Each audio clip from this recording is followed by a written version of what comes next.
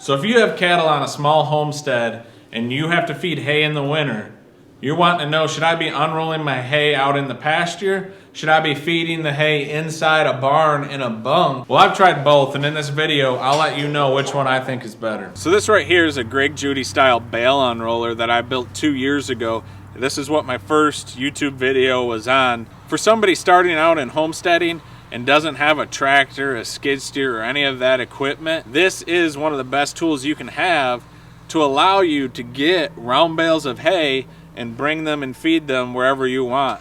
I move this thing around with a golf cart, a lawnmower, basically anything that you can hook it up to will move a round bale around and allow you to bring that round bale to the barn or out to pasture and feed it out on the grass. That is definitely one of the big benefits about this Greg Judy bale unroller. And when you're unrolling hay out in the pasture, that means that all the manure is then put out there as the cows eat, because cows drop the majority of their manure while they're eating, as disgusting as that is. With you unrolling the hay every day out in the pasture, that keeps all your manure and urine out on the pasture where it belongs and allows you a lot less work. So now 2 years later, as my homestead grows, I also have a different way of feeding hay. So the reason I ended up going with headlocks back here instead of slant bars is because I wanted to be able to put some alfalfa pellets down here, go get the cows from pasture,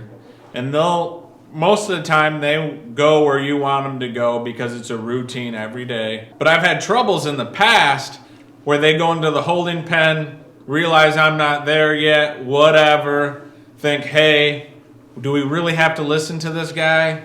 So they'll leave the holding pen and go running around the rest of the pasture saying, hey, come get me, this is a fun game. Which can get kind of frustrating. My answer to that was to get these headlocks. So now I can put alfalfa pellets in front of each lock, go get the cows, they come in here to eat them, and as they put their head down, it automatically locks them in.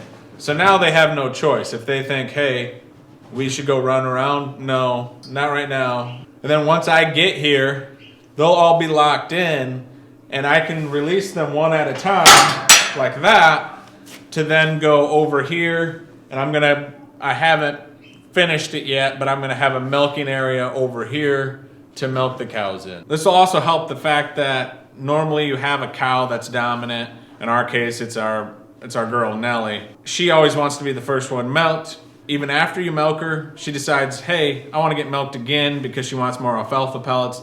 So she starts pushing the other cows out of the way, and it's just not a very good situation.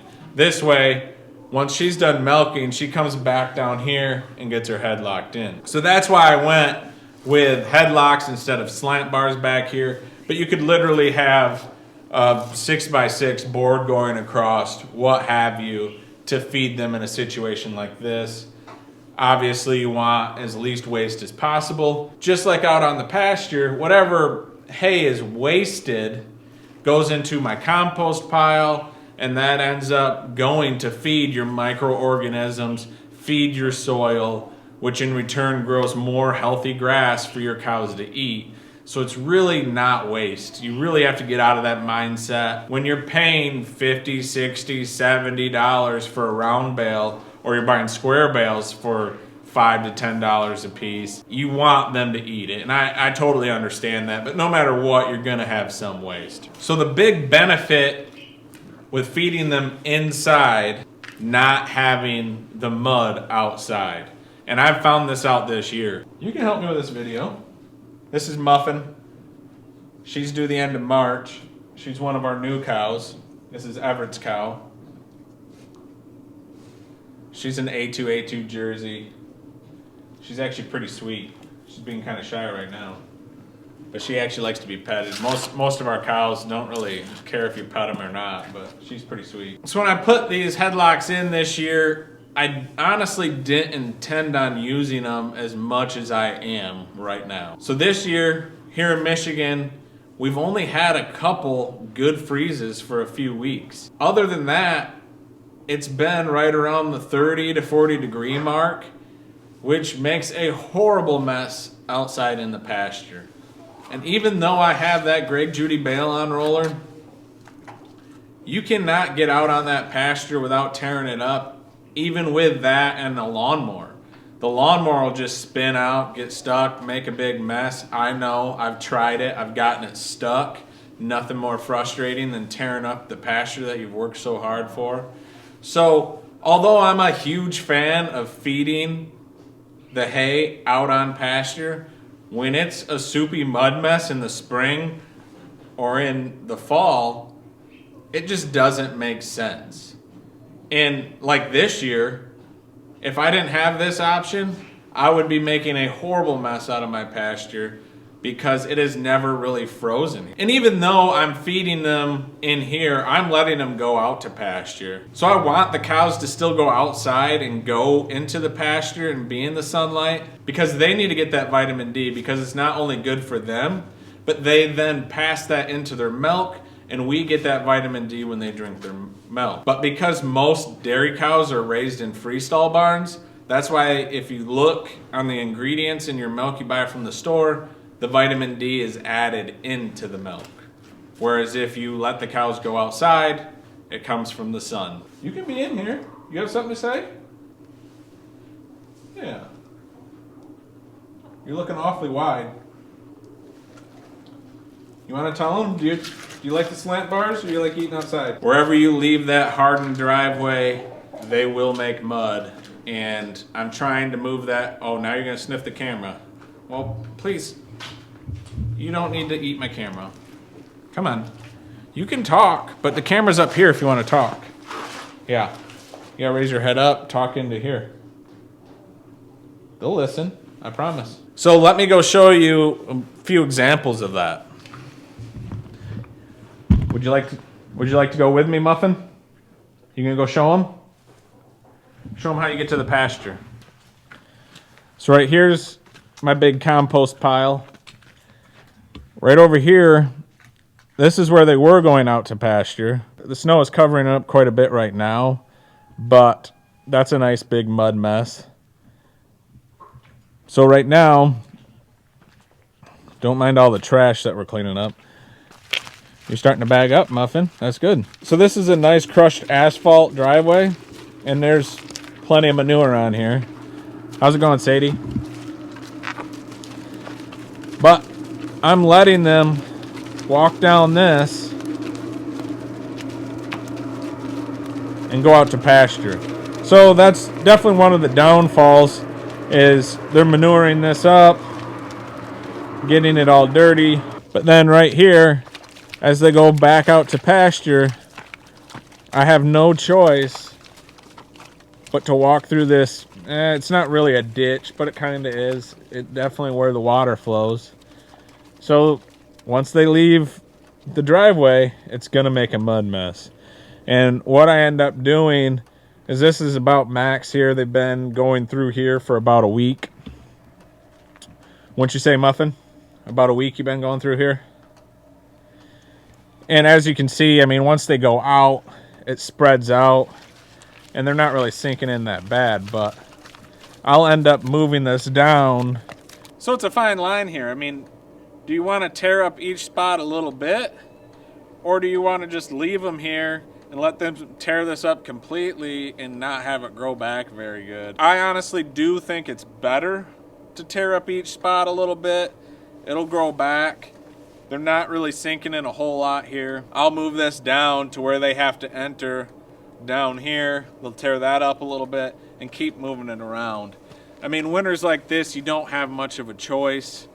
I want them to get outside. They need to get outside for the exercise, for the vitamin D.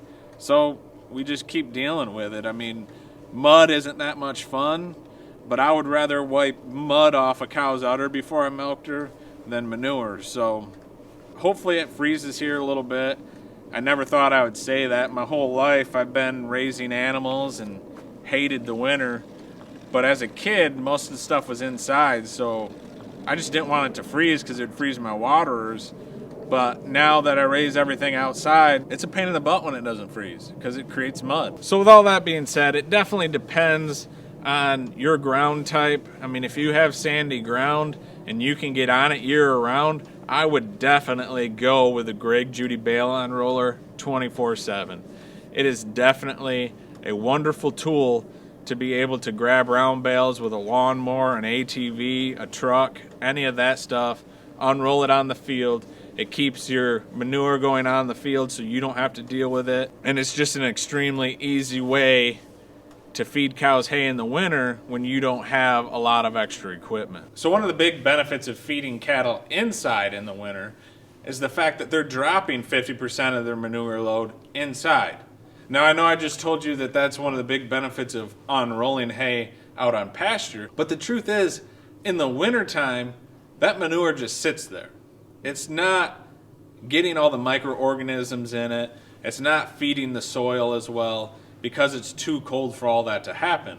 And yes, that does happen in the springtime when everything warms up, but then that manure isn't as fresh and it doesn't really feed the soil as much. But if you don't have a skid steer, a tractor, something like that to help you move manure around and turn a massive compost pile like this, that's definitely the better option. But now that we are fortunate enough to have a bobcat, the manure that's dropped in the barn and the spent hay gets pushed up into this compost pile and turned, and this thing will actually heat up even when it's extremely cold in the winter, and all those microorganisms are inside feeding off the manure and breaking everything down.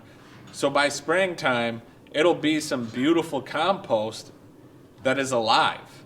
And then you can go spread that onto your field. So even though that does require fossil fuels such as diesel to be able to turn this and make it happen, the benefit is a better compost to put on your soil. So you're getting more out of that manure by putting it in a compost pile in the winter than them putting it straight out on the pasture. So that's personal preference, whether you think the fuel you're using is worth the added benefit of the compost that you're putting back out on the pasture. That's something you're going to have to make your mind up on. Between the mud and the added benefit of the compost pile, when the ground's not frozen, I definitely think it's worth letting them eat hay inside. Don't forget to hit that subscribe button. Is that a great idea?